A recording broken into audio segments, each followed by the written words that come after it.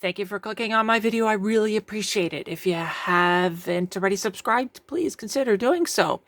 So for those that are new, what I do on this channel is I take old electronic projects from old electronic magazines and then I build them. I bring them to life right from scratch, put them in a case and test them and then show you everything. That's what I do. And if you think I'm a genius, I'm not. I'm just a technician. So if you've got any complex questions to, this project, you might have the wrong place. In fact, I learn from other people, especially in the comments. So thank you for doing that. And I learn also by completing the circuit, testing it, going through it. I pick up a lot from that. Of course, the article does tell how the actual circuit works, but sometimes it's best just to get the damn thing built and then go through it. So anyway, that's what I'm going to do today. So first of all, I wanted to thank everybody for watching my videos. I mentioned, I think a couple of videos ago, that I'm monetized now. And if you think YouTube is a moneymaker and you're going to be rich, no, it doesn't quite work like that. So I probably, with my view rate, so obviously people don't watch the entire video from start to the end. They might only watch 30, 40% of it. Well, I'm in that range, and I probably get about $5 for every 1,000 views. So it's not a lot. It's not a moneymaker. In fact, I'm losing money on these videos, but that's okay because I'm passionate about building these projects, and it's more of it's what I want to do as opposed to making the money. You're not going to get rich on YouTube unless you're like a Mr. Beast. So what we're going to do today is we're going to build a great project again from Elektor. That's what we're going to do, and it comes from the September 1981 issue. So gosh darn it, 44 years ago. So it's a long time. But it's a good one. I think I'm looking forward to it. So what it is, it's a digital voltmeter plus a frequency counter. That's what we're going to build. So I'm really looking forward to that. Now, there's not a lot of pictures inside the article itself. So they don't give like a sample of what they built and, the case, etc. So I can just show you the board at this point, which I'm showing you right now. It's the main board. That's where all the business stuff is. And the next board is the display board, right? So we're going to have, it's a 4-digit display. And yeah, so like I said, it's a digital voltmeter and a frequency counter. So 2 for 1. So let's just move on to the schematic. All right, so I did a clip just a few minutes ago, but it was too long. So I'm just going to keep this very simple. Look at the bottom right-hand corner. That's where a lot of the action's happening, I suppose.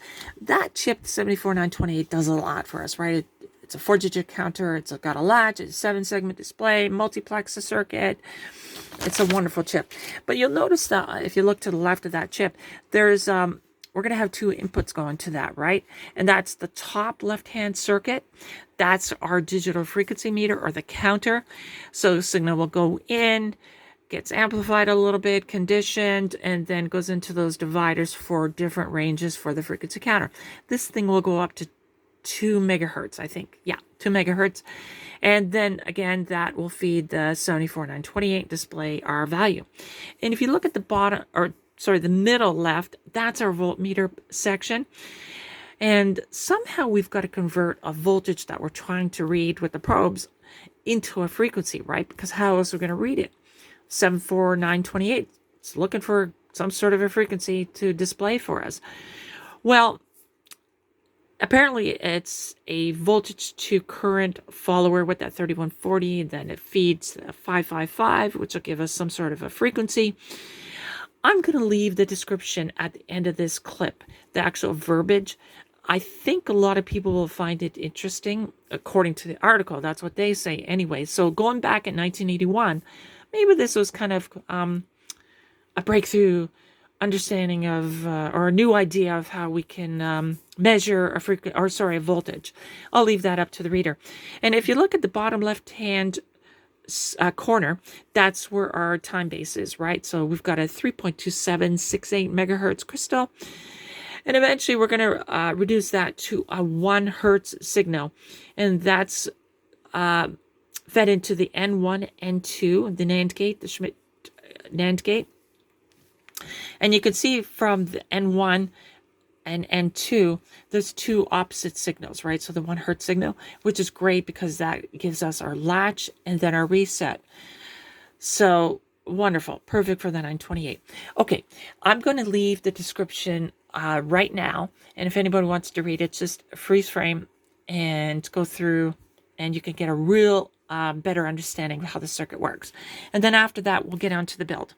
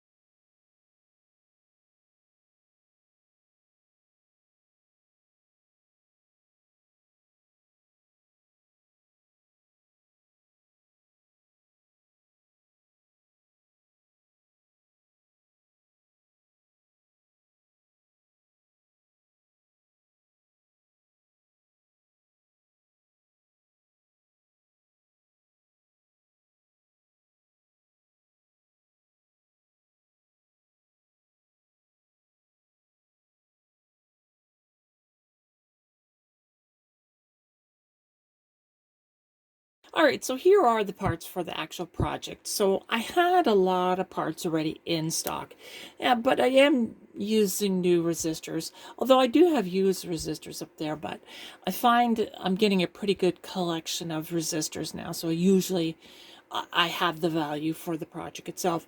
Yeah, so what else can I say? I mean, a lot of chippies and stuff like that. And yeah, I got some cool transistors here. Check out those ones, right? So those are the equivalent ECG for what I need for my project. And I had all the chips. Well, no, I had to order a couple chips. But anyway, but a lot of well, in fact, all of these transistors here were from scrap outs, right? Especially these. I love these ones here. Got quite a few, but I'm using a lot of them. And just as a note, these green ones are unmarked. So I just wanted to, and I'm sure a lot of you already know this, but I didn't know it. When you look at the schematic in this section here, they've got a transistor. It's called TUN, T-U-N. Well, what that really means is it's a generic or any general purpose kind of NPN transistor. So transistor universal NPN. So if it's TUP, it's a transistor universal PNP. Well, it turns out that through an organ scrap out or two, those green ones were unmarked and they're NPN. I measured them. So away we go. We're going to give them a try. I did have to buy the displays, a 7-segment display. I had an old transformer. That'll do. I know it's a little bit rusty, but whatever. And then another thing I wanted to point out. So this is a variable capacitor. Let's see what it is. It's 4 picofarad to 20 picofarad. And I had that. And the reason I had it is because, look, this is what I've collected over years. And I had that variable capacitor. I think the schematic requires 2 to 22, but whatever, 4 to 20, it's close enough. But so yeah, that's what years of collecting really, it increases your part supply, right? All right, so I've talked enough. So I've got the board. I cut the board electronically, cut it from the actual magazine. I pasted it into my photo editor. I had to make a lot of traces thicker, and I'm ready to basically etch or print, print, laminate, and then etch the board. So let me get on with that, and I'll bring you back in.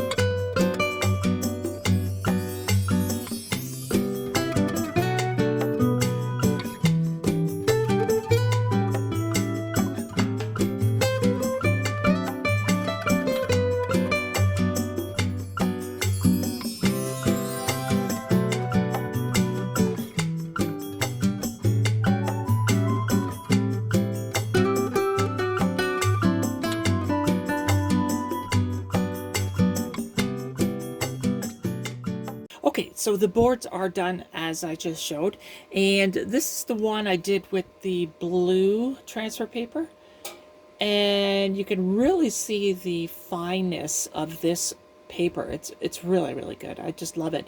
Very expensive, but it's worth it. I had some scraps of the blue paper left over, so I figured I'll just use the blue paper for this, and because the traces are very fine.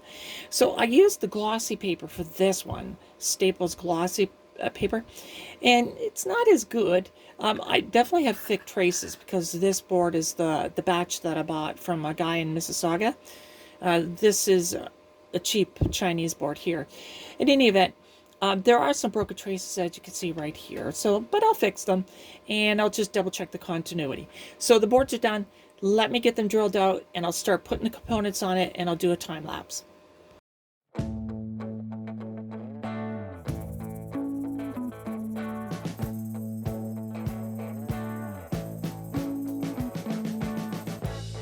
We've been living in sin so long, all the feels are gone. Fella stopped me on the street last night, said everything's alright. Roller coaster, make it through the day upright. It seems your meal ticket is gone, but life goes on. I could never imagine something better. Yeah, right. Now you're cooking on high heat in the middle of the street. Roller coaster. All right, so I think I have the entire build complete. And yeah, so that's the switch between the digital voltmeter and frequency counter. Those are our input test leads for the digital voltmeter. Different range switch here. And that's our input for the frequency counter. Yeah, so, oh, there's one problem. So that's a 74C928 chip. I actually had to order that about a week and a half ago, maybe 2 weeks. It's coming from Germany, but it's, you know, not new old stock. It could be new old stock, but it's definitely genuine. So anyway, that should come any day, but today's Thursday, and I like to get the videos out for Friday, but I don't think it's going to happen. I certainly didn't get the chip in the mail today. If I get it tomorrow on Friday, it'll be pretty close for me to get this entire thing completed. In any event, there's the rest of the board. Let me show you the back of it here. There's quite a bit going on, and I'm pretty sure I got all the wiring complete. Anyway, so the next step, what I'd like to do, so I don't have that chip, which actually is for the display, the digits, but what I can do is I can do some preliminary checks first. So I can check to make sure that I've got all my DC voltages where they're supposed to be on the chips. And if that's successful, I can put the chips in. Maybe I'll just put the clock chip in first. And then I'll align, or I'll calibrate the frequency that's required with this capacitor here, variable capacitor. And gosh darn it, then I guess I could put the other chips in and do a sanity check, right? Make sure the divider is working and make sure the signal makes it through the front end of the frequency counter. So I can do quite a bit. It's only this display won't be working, but that's okay. If I could check everything with a scope, and I'll bring you in on that action. So let me just recheck the wiring and traces, and then I'll bring you back in and we'll calibrate that clock. All right, so I'm on the test bench right now, and I'm ready to align the clock. And it turns out that the first part of the clock works. It works perfectly. And in fact, so there, these two test points, one's a ground, and there's a test point here for the clock. So when you look at the scope, see a pretty good signal there. And that scope is then connected to this frequency counter.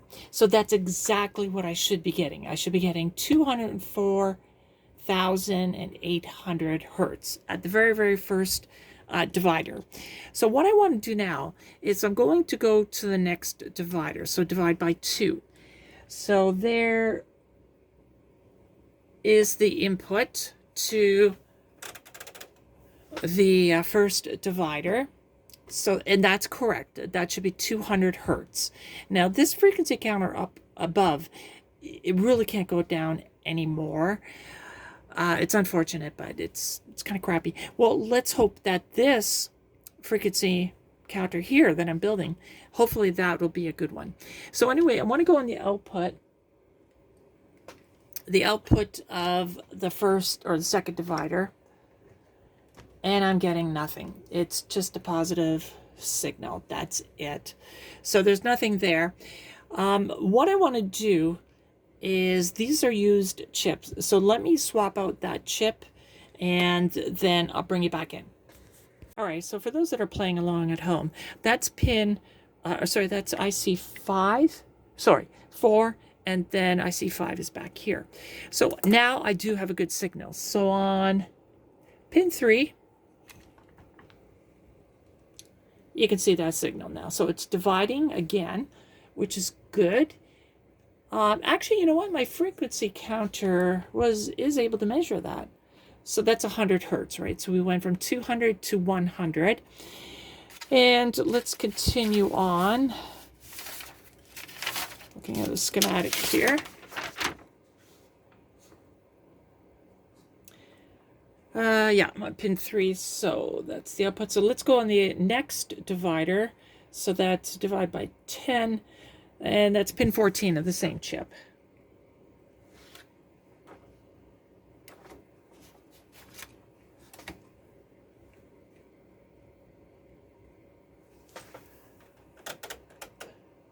There we go. Okay. So yeah, my frequency counter is not going to measure that, but you can see on the scope that we certainly do have a very low frequency, and I bet you that's about, 100 divided by 10 is 10, so we're going to divide by another 10 to get 1 hertz. So that's IC5, pin 6.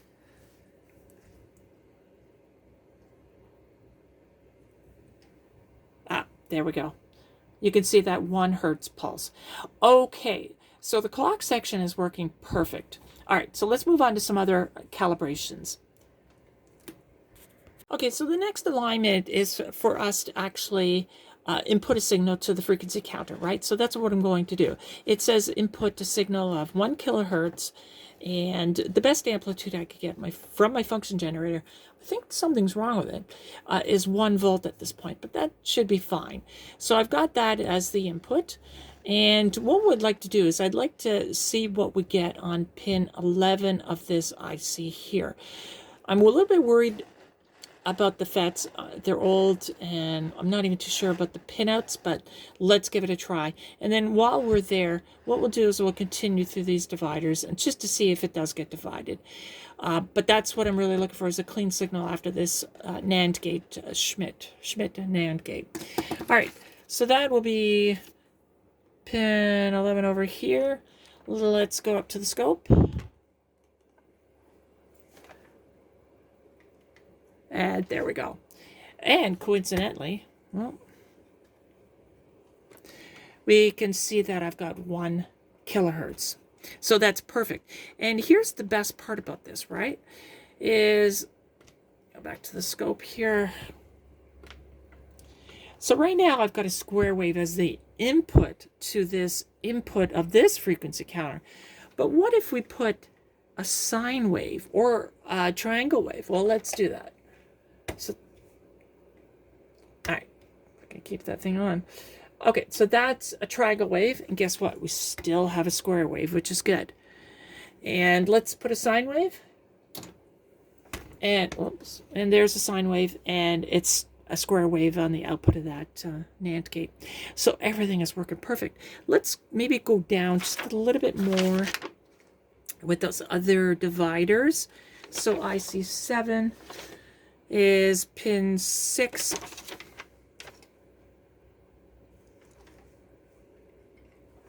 I think that's less. There we go. Okay, it got divided. And then the next division is pin 14. And absolutely. And then the final divider is pin 14 of IC5. And that is right here. There we go. You could see that 1 hertz. I think it's 1 hertz anyway. I've lost track at this point. Anyway, so unfortunately I can't go any further, only because this alignment procedure that I'm trying to do now requires the display to work, right? And because I don't have that 74928, it's not working. All right, so I think I'm going to put the tests on hold. So far, so good. And when I get that chip, I'll bring you back in and we'll finish off this project. Excellent news. I got the chip. As you can see, it's in, and I do have the frequency counter working. I won't go through the alignment as I promised before. It's kind of tedious, and the video is getting a little long as it is. So anyway, I just had a whole bunch of there was a couple wiring problems that I had. That's my fault. And there was a couple traces that were jumped through little tiny solder blobs. So that wasn't good. And I had a 555 timer and a Zener diode shorted. And that would affect the voltmeter. Anyway, as you can see, I'm on the frequency counter portion right now. And I've got 100 hertz signal generator feeding this counter. That's 200, 300, 400. There is a bit of a delay. You got to remember, the pulses from the frequency counter have to go in a 1 second window, so that's why there is the delay. And gosh darn it, there's what's that, 1.1, 1.4. Anyway, I won't go through the ranges. I'll do that when it's finally in the case. I'll give you a final demonstration. All right, so let me set it up for the voltmeter. Right, so now we're testing voltage. This thing can apparently go up to 200 volts. I'm a little bit hesitant on actually putting 200 volts into this thing, but for now I'm going to use my homemade power supply here. It's adjustable, and I've got it connected to the voltmeter section of this dual purpose test device, right? So I think I'm on the second range. So these things have ranges, and I'll get into that when I get the thing in the case. Anyway, let me just increase the voltage here. As you can see, it's going up quite nicely. Actually, what would be really good is just to build the voltmeter section for this meter here. This, power supply. Although I do have an analog meter. It's not accurate. I mean, looking at this, what is that, 12, maybe 15? Yeah, actually, it's pretty close. In any event, everything's working great there. So what I'm going to do now is put this in a case, right? We want to make it look really nice. I'm quite fond of this circuit, quite frankly. All right, let me start putting it in a case, and then I'll bring it back in as I progress with that.